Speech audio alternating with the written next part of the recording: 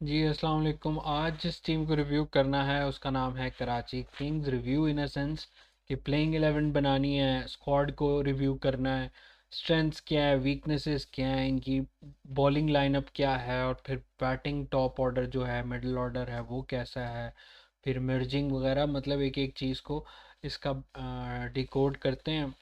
तो प्लेइंग 11 तो बनाएंगे बनाएंगे, लेकिन पहले ये है कि एक प्लेयर के ऊपर डिस्कशन की जाए। तो इसके ऊपर स्टार्ट करते हैं।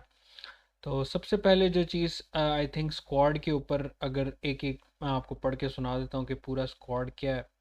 स्क्वाड के अंदर इरफान खान नियाजी है, लिथन दास है, रियाजुल्ला है, ये कोई इमर्जिंग है रियाजुल्ला, उमर बिन यूसुफ है, टिम साइफर्ड है, Shan Masood, James Vince, David Warner, Ken Williamson, Aamir Jamal, Fawad Ali, Khushdil Shah, Mohammad Nabi, Arafat Minhas, Abbas Afridi, Hasan Ali, Adam Milne, Zahid Mahmood और अमीर हमजा। तो ये तो कराची किंग्स का स्क्वाड है। लेकिन अब बात करते हैं कि ओवरऑल इनका जो टीम कॉम्बिनेशन है वो कैसा है, और मतलब इस पूरे टीम कॉम्बिनेशन के अंदर किस तरह का इनका ड्राफ्ट हुआ है। अच्छा, इनिशियली जब ड्राफ्ट हुआ था ना, तब तो मुझे ऐसा लग रहा था कि इन्होंने बहुत अच्छा ड्राफ्ट कर लिया, क्योंकि इन्होंने मुल्तान सुल्तान से अब्बास अफरीदी भी ले लिया, खुशदिल भी ले लिया, डेविड वार्नर भी आ गया। और अब वो जो शान मसूद की कमज़ोरी थी कि मिसाल के तौर पे आपको 10 के 10 मैच शान को खिलाने पड़ने थे just because he was a captain, तो वो भी इन्होंने कमज़ोरी अपनी ख़त्म कर दी कि अब शान मसूद ड्रॉप भी हो सकता है, तो उसकी जगह किसी और को भी ट्राई कर सकते हैं। तो इनिशियल इम्प्रेशंस तो मेरे ये थे कि भाई इन्होंने ड्राफ्ट बहुत अच्छा किया। बट आज जब मैं इसकी इनकी प्लेइंग 11 डिज़ाइन कर रहा था, तब मुझे इनकी वीकनेसेस और थोड़ा सा स्ट्रेंथ्स के बारे में ज़्यादा डीपली आइडिया हुआ, और वही मैं आप लोगों के साथ आज शेयर करूँगा। तो फर्स्ट थिंग्स फर्स्ट, बात करते हैं जी। PSL 10 है कैप्टनशिप से, और डेविड वार्नर को इन्होंने कैप्टन अनाउंस किया है, और आई थिंक ये कोई ज़्यादा बड़ा सरप्राइज़ तो नहीं है, क्योंकि शान मसूद का पिछले सीज़न हमने ये देखा। लेकिन अगर आप मेरी ओपिनियन पूछें तो यार देखो, शान मसूद के साथ ना मुल्तान सुल्तान की तरफ से भी ज़्यादती हुई थी, कि मुल्तान सुल्तान को शान मसूद जब कैप्टन बने थे मुल्तान सुल्तान के, तो उन्होंने अपने पहले सीज़न में ही मुल्तान को टॉप 3 के अंदर वो ले आए थे, टॉप 3 या 4, 3 के अंदर ले आए थे गालिबन। तो अगला सीज़न जब उनको कैप्टनशिप रिटेन करनी थी तो रिजवान को कैप्टन बना दिया गया। तो रिजवान को जब कैप्टन बना दिया गया तो शान मसूद फिर साइड लाइन होके फिर आराम से कराची में चले गए, उनको वहाँ कैप्टनशिप की ऑफ़र हुई। अब जब उन्होंने अपनी कोर डेवलप कराची में अपनी की थी, तो पिछला सीज़न इनका इतना बुरा गया कि अब मजबूरी बन गई थी कि शान मसूद को निकाला जाए, जबकि मेरे हिसाब से एटलीस्ट अगर आप शान मसूद को लेके आए थे तो एटलीस्ट 2 सीज़न के तो आप उसको लेके चले। लेकिन अब डेविड वार्नर को साइन अप किया है, तो जाहिर सी बात है ये एक बहुत बड़ी साइनिंग है। और इस टाइम ड्राफ्ट की सबसे पहली पिक भी यही थी कि मतलब किसी भी टीम को कहा जाता, ज़्यादातर टीम जो है डेविड वार्नर को पिक करती, explosive batsman, left hander, Aussie. तो उसको कैप्टन बनाया तो वो एक एग्रेसिव माइंडसेट के साथ भी उतरेंगे। तो कहने का मकसद ये, डेविड वार्नर पे मैं जो बात कर रहा हूँ वो इसलिए एम्फोसिस दे रहा हूँ कि यार किसी भी टीम की जो कैप्टन होता है ना वो बहुत मोस्ट इम्पॉर्टेंट होता है, तो इसके अंदर तो इनको काफ़ी फुल मार्क्स हैं। लेकिन अगर आप ओवरऑल स्क्वाड की बात करो, अब जिस तरह के मैंने ये सारे नाम आपको गिनवाए हैं, इनकी जब प्लेइंग 11 में आपसे शेयर करूंगा तो फिर आपको मैं ज़्यादा बेहतर बता सकूंगा कि यार इनकी स्ट्रेंथ्स और वीकनेसेस क्या क्या हैं। तो अभी जो है हम बाय नेम बाय नेम जाते हैं और फिर उसके ऊपर डिस्कशन करते हैं। ठीक है जी। डेविड वार्नर पे तो हमने डिस्कशंस की, बॉलर्स पे डिस्कशन करते हैं। बॉलर्स के ऊपर डिस्कशन करने से पहले ये मैं साथ तस्वीर भी लगा देता हूँ इनकी, बॉलर की मैंने यहाँ ढूंढी हुई थी ताकि उसको हम, ये ये हैं जी कराची किंग्स के एक्सप्रेस बॉलर्स। उसमें आमिर जमाल है, एडम मिलने है, अब्बास अफरीदी है, मीर हमज़ा है, हसन अली है, और ये फोर्थ कौन बॉलर है, एडम, जाहिद महमूद होगा ये। लेकिन जाहिद महमूद की ये शक्ल तो नहीं है। किंग्स एक्सप्रेस है ना, तो कोई और होगा, पता नहीं कौन है। खैर, जाहिर है AI जनरेटेड की है तो इसलिए ज़्यादा पहचान में नहीं आ रहा। तो इमर्जिंग ना हो कोई। तो कहने का मकसद ये कि साइनिंग्स तो इन्होंने बड़ी कमाल कमाल से की। एडम मिलने भी इनके पास है, अब्बास अफरीदी मुल्तान सुल्तान से ले गए। आमिर जमाल के ऊपर मैं ज़्यादा एक्साइटेड हूँ क्योंकि उसको नेशनल टीम से भी साइडलाइन किया हुआ था, तो उसका ये कॉमबैक होगा और बड़ा प्रेशर होगा उसके ऊपर कि वो परफॉर्म करे और अपनी प्लेस को जस्टिफाई करे। तो Aamir Jamal is one crucial aspect in Karachi Kings. फिर मीर हमज़ा नए बॉल का बॉलर, स्विंग करते हैं, ये भी टेस्ट के लिए पाकिस्तान को रिप्रेजेंट करते रहे लेकिन एक्सपेक्टेशन से अच्छी कोई परफॉर्मेंस नहीं दी रिसेंट पास में। इनके लिए भी बड़ा क्रूशल होगा कि जो भी जितने भी चांसेस इनको मिले ये इसको मैक्सिमम अवेल किए करें।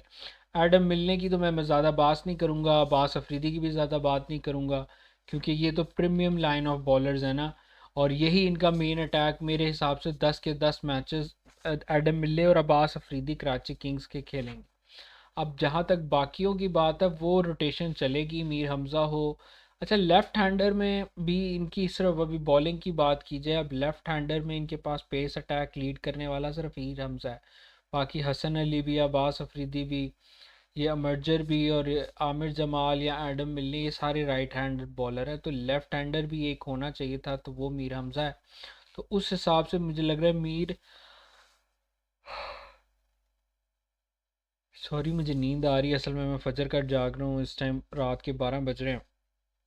खैर कहने का मकसद कि हसन अली अगर है तो किसको ड्रॉप करेंगे, किसको खिलाएंगे, ये भी एक बहुत बड़ा क्वेश्चन मार्क है। अराफात मिन्हास भी इनके साथ हैं, ये एक किस्म का ऑलराउंडर वाला पैकेज है। तो ये वो नाम है जो मैंने आप लोगों के साथ डिस्कस किए। मेरा ख्याल है जाहिद महमूद ही है, लेकिन वो तो स्पिनर है ना, उसमें फास्ट बॉलर्स नहीं आएंगे। लेकिन खैर ये इनकी बॉलिंग लाइनअप है। अब जहाँ तक बैटिंग लाइनअप है इसके ऊपर जो है वो भी बात करनी पड़ेगी क्योंकि डेविड वार्नर अगर कैप्टन बने तो ज़ाहिर है लीड तो वो ही करेंगे, और फिर केन विलियमसन भी है, जेम्स विंस भी है, शान मसूद तो है ही है, और फिर ये अमर्जर है, फिर उसके साथ साथ कुशल मेंडिस है, और फिर जो इनका एक्सप्लोसिव बैट्समैन है जो इन्होंने साइनिंग किया है उसका नाम मेरे जहन से निकल गया, टिम साइफर्ड। टिम साइफर्ड है, जेम्स विंस की तो बात हो गई है, फिर कुशल मेंडिस है, रियाजुल्ला है, रियाजुल्ला मेरा ख्याल ऊपर बैटिंग करता है तो वो है, और फिर ये एक लड़का है। तो कहने का मकसद ये है कि ये भी कोई बुरा नहीं कह सकते हम, मतलब अच्छी इन्होंने पिक्स की हैं, लेकिन बात ये है कि आपकी जो भी पिक्स हों उसका आपके पास अल्टरनेटिव होना चाहिए। किसी भी स्क्वाड की रेटिंग्स मैं ये करता हूँ कि तीन चार एट्रीब्यूट्स होते हैं। एक तो सबसे पहले कैप्टन, सेकंड पे आपकी बैकअप्स, मतलब जितने प्लेयर्स आपने रखे हैं क्या अगर एक प्लेयर इंजर्ड हो जाए अच्छे से अच्छा तो उसका अच्छे से अच्छा आपके पास बैकअप होना चाहिए। अगर एक नॉर्मल प्लेयर है वो इंजर्ड हो रहा है तो नॉर्मल बैकअप होना चाहिए। तो उस लिहाज से एमर्जर है तो एमर्जर में भी उसकी क्या परफॉर्मेंसेज हो सकती हैं। तो एमर्जर भी इनका कंपैरेटिवली कुछ समझ नहीं आता है। एक तो रियाजुल्लाह है और दूसरा जो एमर्जर ये खिलाएंगे वो मेरे हिसाब से फवाद अली है, ऑलराउंडर। तो अब फवाद अली की भी ज़्यादा कोई एज सच परफॉर्मेंसेस नहीं है, या मतलब रीसेंट पास में, या रियाजुल्लाह को भी इतना नहीं पता, तो ये पीएसएल जब खेलेंगे तभी ज़्यादा पता चलेगा कि किस तरह का ये परफॉर्म करते हैं।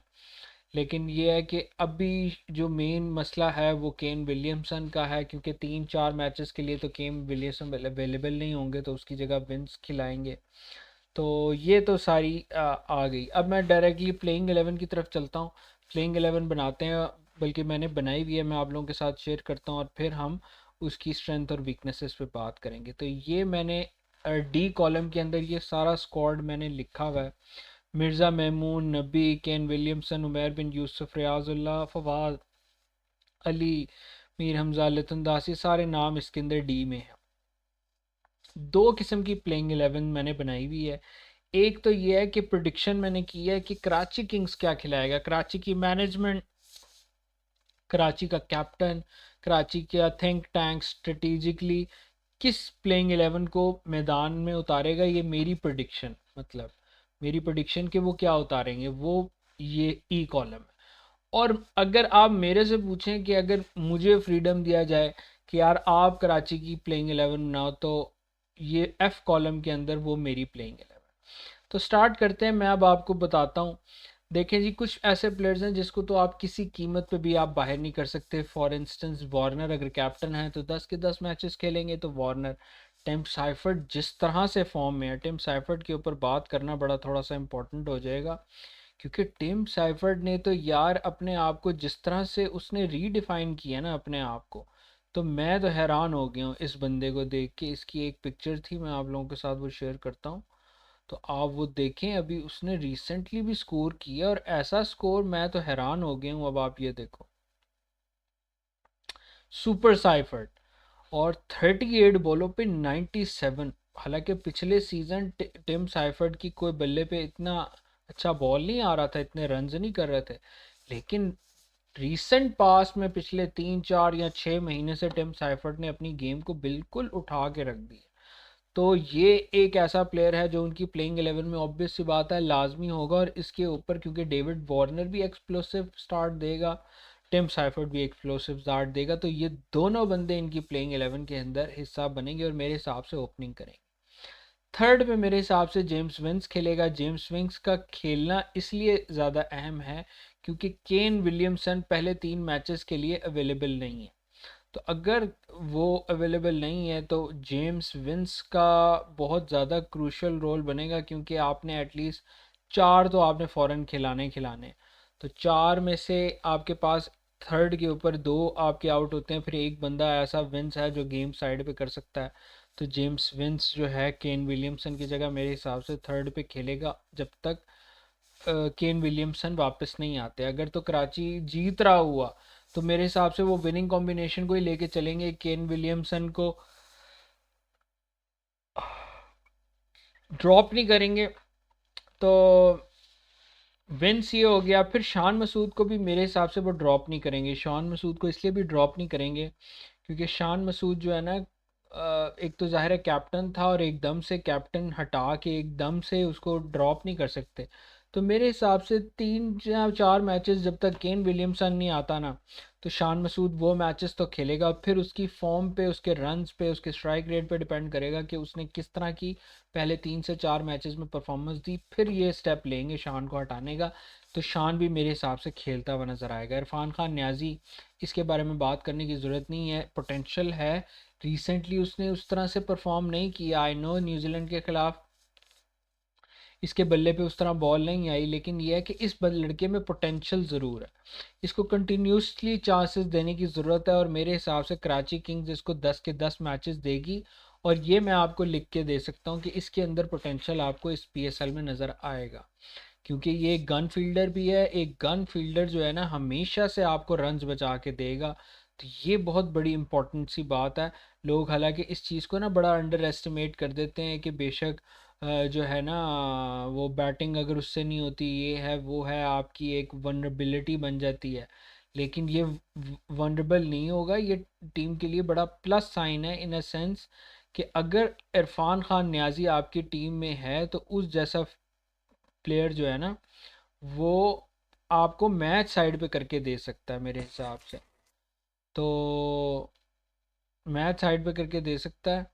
तो मेरे हिसाब से टीम इरफान खान न्याजी जो है सारे इनके मैचेस खेलेगा। और इरफान खान न्याजी किधर है यार, एक मिनट, पिक्चर थी यार इरफान खान न्याजी, ये रही।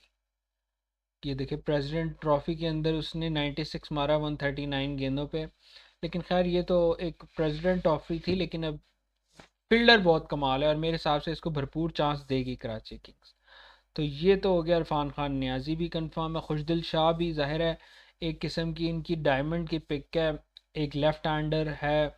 और फिर इसके अंदर इनके पास एक और ऑप्शन भी है खुशदिल शाह की बजाय, अरफात मिनहास। तो अरफात मिनहास या खुशदिल शाह में से एक बंदा तो खेलेगा। और मेरे हिसाब से जो फर्स्ट मैचेस होते हैं उस पे आपका सारा दारो मदार होता है, तो उस लिहाज से ना मेरे से अगर आप पूछो तो शुरू में अरफात मनहास की जगह खुशदिल शाह को प्रेफर किया जाएगा। हाँ, 3 से 4 मैचेस खुशदिल की परफॉर्मेंस देख के रीएवैल्यूएट करेंगे। अगर तो अच्छा खेल रहा हुआ तो कंटिन्यू करेगा, नहीं हुआ या कोई आप 3-4 मैच जीत भी गए हुए तो फिर हो सकता है कि खुशदिल की जगह इसको स्वैप किया जाए, लेकिन खुशदिल और इसमें से खुशदिल को ही प्रेफर किया जाएगा प्लेइंग 11 में। तो ये हो गया खुशदिल शाह, अब्बास अफरीदी, ये किस्म की उनकी मेन पिक है। तो ये तो खेलेगा ही खेलेगा, और फिर यहाँ पे एक मीर हमज़ा खेलेगा, क्योंकि बॉलर्स के अंदर इनके पास लेफ्ट हैंडर मीर हमज़ा के अलावा आप स्क्वाड में देखो कोई बॉलर ही नहीं है जो लेफ्ट हैंड के साथ और नया बॉल करता हो। तो मीर हमज़ा उस लिहाज से भी शुरू के 2 या 3 ओवर तो लाजमी कराएगा, तो मीर हमज़ा भी प्लेइंग 11 का लाजमी हिस्सा होगा। एडम मिलने भी होगा। स्पेशलिस्ट स्पिनर्स भी अगर आप इनके स्क्वाड का देखो, इनके पास एक नबी है, और फिर इनके बाद इनके पास और कौन है, नबी है, जाहिद महमूद है, अरफात मिन्हास है, खुशदिल शाह है। तो खुशदिल तो खेल रहा है, अरफात मिन्हास मेरा ख्याल है क्योंकि वो भी लेफ्ट हैंडर है, तो 2 लेफ्ट हैंडर बॉलर जो है वो एक ही प्लेइंग 11 में नहीं हो सकते, इसलिए या तो खुशदिल खेलेगा या अरफात मिन्हास खेलेगा। तो बाकी दूसरी तरफ से राइट हैंड मिस्ट्री एक किस्म की स्पिनर है, लेग ब्रेक भी है, गुगली भी करता है, तो जाहिद मेरे हिसाब से खेलेगा ही खेलेगा। तो 11th के ऊपर इनका इमर्जिंग आएगा, चाहे वो फवाद अली हो या वो रियाजुल्ला हो। अभी मैं ये स्टार्ट देख रहा था, मैं आप लोगों के साथ ये शेयर करता हूँ, ये इन्होंने जो है ना इमर्जिंग इमर्जिंग के ये स्टार्ट्स डाले हुए। अब ये जो है राइट आर्म फास्ट है, कौन है, फवाद अली। सवात केपीके के बॉलर हैं, और ये कराची किंग्स टैलेंट प्रोग्राम के साथ सवात रीजन में इनको किए गए। 150 क्लॉक किया इन्होंने ट्रायल्स के अंदर। तो लेट्स सी कि अगर 150 की स्पीड से बॉलिंग करते हैं तो किस तरह से, क्योंकि इमर्जिंग के अंदर या तो फवाद अली खेलेगा या तो रियाजुल्लाह खेलेगा। तो ये एक एक्साइटिंग टैलेंट है, 150 की स्पीड से अगर करता है, जिस तरह एहसानुल्लाह ने आते ही एकदम तहलका मचा दिया, तो हो सकता है ये भी मैच आए। ये सप्लीमेंट्री पिक में मिर्ज़ा मेमून है, left arm wrist spinner from Karachi, discovered through talent, possesses a rare unconventional bowling style, trend and develop under Karachi Kings coaching staff. हाँ, तो ये मिर्ज़ा मेमून जो है ये भी खेल सकता है, या खुशदिल भी खेल सकता है, और अरफात मिनाज भी खेल सकता है, क्योंकि लेफ्ट आर्म रिस्ट स्पिनर है, तो वही उसका ही रिप्लेसमेंट बनता है। एक प्लेइंग 11 में 2 लेफ्ट आर्म रेड स्पिनर तो नहीं होंगे। ये है रियाजुल्लाह खान जिसकी बात मैं कर रहा था, राइट हैंड ओपनिंग अपर ऑर्डर बैट्समैन है। 227 रन अंडर 19 एशिया कप के अंदर इन्होंने किए, सेकंड हाईएस्ट रन स्कोरर है अंडर 19 एशिया कप में। तो टॉप ऑर्डर तो वैसे ही इनका बुक लगा हुआ है, तो रियाजुल्लाह खान को इसलिए मुझे चांस मिलता नज़र नहीं आ रहा, अनलेस एंड अनटिल कोई 2-3 इंजरियाँ इकट्ठी हो जाएं, तो फिर तो इस लड़के को चांस मिलेगा, वरना मुझे नहीं लगता इसको चांस मिलेगा। तो अब प्लेइंग 11 पे हम पहुंच रहे थे, ये थी प्रोडिक्शन कि ये प्लेइंग 11 खिलाएंगे।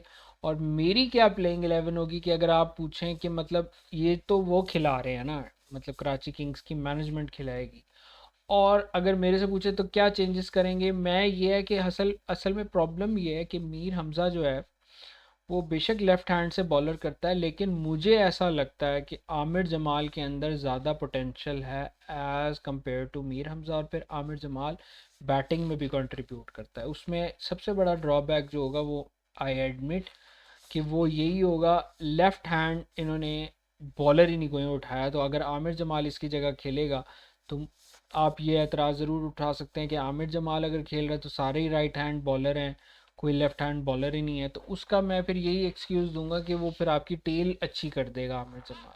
तो इस वजह से मैं आमिर जमाल को अपनी प्लेइंग 11 के अंदर लाजमी प्रेफर करूँगा। तो ये है आमिर जमाल प्लेइंग 11। अब बात करते हैं इनकी स्ट्रेंथ्स और वीकनेसेस की। स्ट्रेंथ्स जो है ना इनकी, वो इनकी एक किस्म की नॉर्मल ही है, मतलब नॉर्मल इन अ सेंस कि अगर तो शान मसूद है, एक ये वनरेबिलिटी है। पहले तो स्ट्रेंथ्स की बात करते हैं ना, इनकी बैटिंग ठीक है, लेकिन जो इनकी फिनिशिंग टच है ना वो मेरे हिसाब से कमज़ोर है। फिनिशिंग टच में अब आप देखो, एक इरफान खान न्याजी है, एक खुशदिल शाह, और दोनों ने रिसेंटली कोई ऐसा एक्स्ट्रॉर्डनरी परफॉर्म नहीं किया हुआ। जैसे पिछले साल पोलार्ड थे, वो एक्सपीरियंस बैट्समैन थे, तो वो उनको पता है कि मैंने किस तरह काम ख़त्म करना है। तो वो एक एलिमेंट ऑफ सरप्राइज इनका मिसिंग है, क्योंकि खुशदिल भी फॉर्म में नहीं है, अब्बास अफरीदी भी फॉर्म, अब्बास अफरीदी तो खैर एक किस्म का टेल एंडर टाइप ही है, लेकिन मेन इनके इरफान खान न्याजी और खुशदिल शाह, तो इनको एक एक्सप्लोसिव रिलायबल बंदा जिसकी मतलब अच्छी एक हो तो ये एक गैम्बल होगा, क्योंकि अगर आप इनका स्क्वाड देखो तो इनके पास कोई इतना कोई रिलायबल फिनिशर है नहीं खुशदिल के अलावा, इसीलिए शायद खुशदिल को इन्होंने डायमंड में पिक किया था। तो इन्होंने सारी जो अपनी उम्मीदें हैं खुशदिल शाह पे लगाई है, लेकिन उसकी जो रीसेंट फॉर्म देख के मुझे लगता है कि ये किस्म की कमज़ोरी है कराची किंग्स की। तो एक तो फिनिशर वाली बात, दूसरा जो सबसे बड़ा एज प्रॉब्लम है वो मीर हमज़ा है, कि मीर हमज़ा अगर इंजर्ड हो जाता है, मीर हमज़ा के कोई और मसला हो जाता है, तो इनके पास कोई लेफ़्ट हैंड रिप्लेसमेंट ही नहीं है, नया बॉलर है ही नहीं। अब्बास अफरीदी भी नया बॉल उस तरह से नहीं इतना अच्छा करते, एडम मिलने तो ठीक है कर लेगा, लेकिन दूसरे एंड से भी आपको बॉलर चाहिए। अब जाहिद महमूद मिडिल के ओवर कर लेगा, खुशदिल मिडिल के ओवर कर लेगा, तो ये एक प्रॉब्लम है इनका। तो आमिर जमाल के साथ अगर ये जाएं या मीर हमज़ा के साथ जाएं, तो मीर हमज़ा को अगर कोई इंजरी हो तो बैकअप इनके पास करंटली जितनी भी इनकी लॉट है उसके अंदर कोई इस तरह से वो नहीं है। तो फवाद अली कह रहे हैं 150 क्लॉक कर देता है, तो अब ये तो मैच में देखना पड़ेगा कि कैसा होता है। तो ये सारी स्ट्रेंथ्स और वीकनेसेस हैं। तो स्ट्रेंथ्स में मैंने बताया कि इनका अपर ऑर्डर बड़ा बैलेंस्ड है, क्योंकि शान भी रिलायबल है, विंस अच्छा खेलता है, टिम साइफर्ड, वार्नर, ये तो स्ट्रेंथ्स हो गई। फिर इनके पास विकेट कीपर बैट्समैन, इनका रिप्लेसमेंट टिम साइफर्ड का जो रिप्लेसमेंट है वो कौन है, वो है लिथन दास। लिथन दास जो है वो अभी भी मेरा ख्याल है अवेलेबल है या नहीं है उसका भी श्योर नहीं है हम, लेकिन ये है कि अगर इनमें से भी कोई इंजर्ड हो जाता है तो फिर वो यही होगा कि जैसे अब विंस खेल रहा है, जो चार फॉरनर्स इनके खेलेंगे वो वार्नर, टिम साइफर्ड, विंस और एडम मिलने। जब केन विलियमसन आएगा तो विंस की जगह वो आ जाएगा, केन विलियमसन। तो ये इनकी प्लेइंग 11 बन रही है। ये स्ट्रेंथ्स और वीकनेसेस हैं जो मैंने आप लोगों के साथ शेयर किए हैं। और अब आती है बारी रेटिंग की, कितना मैं इनको रेट दूंगा। मैं इनको तकरीबन 7.5 रेटिंग दूंगा, क्योंकि इनका बैलेंस स्क्वाड है, बल्कि 7 रेटिंग दूंगा, 7 रेटिंग दूंगा। और उसकी रीज़न है 7 रेटिंग देने की, वो रीज़न ये है कि पेस अटैक का प्रॉब्लम है इनके पास। अब आप देखो बेंच पे इनके पास हसन अली है, आमिर जमाल है, अब्बास अफरीदी है, मीर हमज़ा है, फवाद अली है, एडम मिलने हैं, लेकिन अगर मीर हमज़ा को कुछ होता है तो इनके पास बैकअप नहीं है। तो एक पॉइंट तो ये यहीं से कट जाएगा। दूसरा पॉइंट ये कि टिम साइफर्ड का इनके पास रिप्लेसमेंट विकेट कीपर बैट्समैन कौन है। आप देखो वार्नर मिलने, अब्बास, विंस, हसन, खुशदिल, शान, इरफान, आमिर जमाल, फाद मनास, जाहिद महमूद, लिथन दास है। तो लिथन दास कीपरिंग करेगा, मेरा ख्याल है लिथन दास कीपरिंग नहीं करता शायद, I am not sure, check कर लेता हूँ। Litton Das wicket keeper batsman जो है, बल्कि देखते हैं ना, ये है ना विकेट कीपर बैट्स, हाँ विकेट कीपर बैट्समैन है। तो ये बैकअप बनेगा टिम साइफर्ड का, लेकिन टिम साइफर्ड के होते हुए मेरा नहीं ख्याल इनको ज़रूरत पड़ेगी, तो ये तो पॉइंट इनको मिल जाता है। तो एमर्जिंग की वीकनेसेस मुझे इस तरह लग रही है कि फवाद अली हो या रियाजुल्ला हो। बात यह है कि जो बाकी टीम्स ने अपने मर्जर सेलेक्ट किए हैं, चाहे वो मुल्तान सुल्तान हो या वो मोहम्मद ज़ेशान हो कोयटा का, या फिर आप हुनैन उबैद शाह हो, तो बाकी सारी टीम्स के जो है ना मर्जर वो मतलब वेल नोन है, तो ये किस्म का रिस्क है। तो एक पॉइंट मैंने यहाँ से काट लिया। तीसरा पॉइंट जो मैंने काटा वो यही है कि शान मसूद, मिडिल ऑर्डर के अंदर ये लोग स्ट्रगल करेंगे, कि कोई एक्सपीरियंस उस तरह से नहीं है। शान मसूद एक्सपीरियंस ज़रूर है, लेकिन उसका भी रीसेंट फॉर्म नहीं लगी हुई, तो इस वजह से भी मैंने एक मार्क इनका काटा है। और अगर आप मेरे से प्रिडिक्शन लें, ये तो मैंने आपको बताई ना रेटिंग, कराची किंग्स की क्या रेटिंग बनती है मेरे हिसाब से। और अगर आप मेरे से प्रिडिक्शन पूछें कि कराची किंग इस साल पीएसएल में कहाँ स्टैंड करेगी, तो मेरे हिसाब से क्वालिफायर तक तो आएगी, लेकिन एलिमिनेटर के अंदर ये हार जाएगी, और फाइनल, शायद फाइनल भी खेल सके, लेकिन बहुत मुश्किल है। मीर हमज़ा, क्योंकि इनके पास न्यू बॉल का उस तरह से बॉलर नहीं है, एडम मिलने ज़रूर है लेकिन लेफ्ट आर्मर बॉलर इनके पास मिसिंग है। तो फाइनल मुझे खेलते हुए नज़र नहीं आ रही। क्वालिफायर्स तक ये ज़रूर टीम जाएगी, लेकिन लेट्स सी। तो मैं इसको ये रेट करूँगा कि मतलब ये 10 में से मैंने 7 कर दिया ना, तो ये मेरा ख्याल है 3 पे फिनिश करेगी PSL पे। टॉप 6 में से ये 3 पे फिनिश करेगी। तो ये मेरी प्रोडिक्शन है। तो आई होप कि आपको शो पसंद आया होगा। अब मैं नेक्स्ट शो भी करूँगा, अब नेक्स्ट शो क्वेटा ग्लैडिएटर्स का करूँगा, और फिर एंड के अंदर मैं इस्लामाबाद यूनाइटेड लाहौर कलंदर्स, क्योंकि उनका फर्स्ट मैच भी है, तो मैंने कहा था कि मैच से पहले पहले करीब वाले दिन उनका जो है ना प्लेइंग 11 बनाई जाए तो ज़्यादा फिट रहेगा। तो आई होप कि आपको वीडियो पसंद आई होगी, और आपके हिसाब से कराची किंग्स की क्या प्लेइंग 11 बनती है, अपनी राय कमेंट सेक्शन में लाजमी शेयर कीजिएगा। नेक्स्ट वीडियो तक के लिए अल्लाह हाफिज़, टेक केयर।